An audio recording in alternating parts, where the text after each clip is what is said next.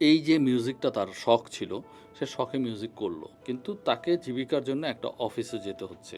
তো তখন তার সম্পূর্ণ সময়টা নিয়ে নিচ্ছে কিন্তু ওই অফিসটা। হুম তার মানে ও ক্রিয়েশন করার সময়টা অনেক কম পাচ্ছে।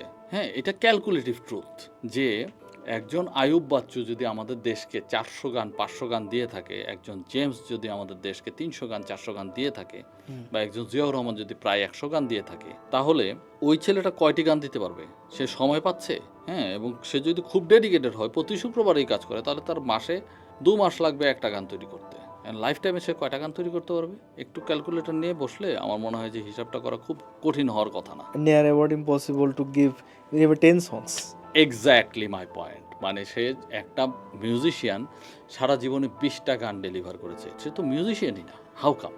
তার লাইফ টাইমের মানে পুরো যদি একটা লাইফ সাইকেল হিসাব, যদি টোটাল ক্যারিয়ারের মধ্যে 20টা গান দেওয়া, এটা তো খুব ভালো স্ট্যাটিস্টিক্স হলো না। ভালো স্ট্যাটিস্টিক্স হচ্ছে বাচ্চু ভাইয়ের বা জেমস ভাইয়ের বা মাইলসের বা যাদেরকে আমরা ভ্যালু করি, প্রত্যেকেরই কিন্তু Warfaze নাম্বার আছে, অফ সংস, হ্যাঁ, ওয়ারফেস নাম্বার অফ সংস আছে। হুম ওয়াই? কারণ তারা এই কাজটা dedicated প্রফেশনালি করেছে, 100%.